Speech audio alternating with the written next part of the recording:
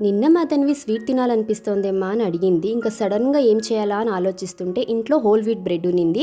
సరే అని mango bread pudding అయితే చేశాను. కస్టర్డ్ పౌడర్ వేయకుండా చాలా సింపుల్గా ఎలా చేయొచ్చో మీతో షేర్ చేస్తాను.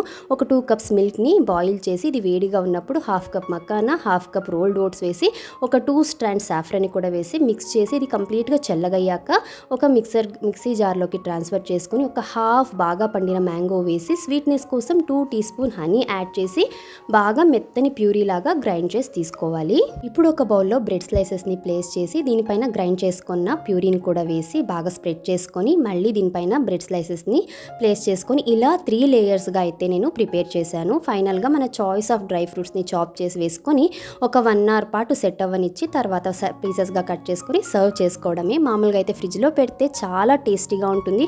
బట్ పిల్లలకి సర్వ్ చేసేటప్పుడు అంత చల్లగా ఇవ్వడం మంచిది కాదు కాబట్టి నేను బయటే పెట్టాను. ఇంతే, చాలా simple, toddler friendly, healthy sweet అయితే రెడీ. మీరు తప్పక ట్రై చేయండి. Have a nice day. Bye.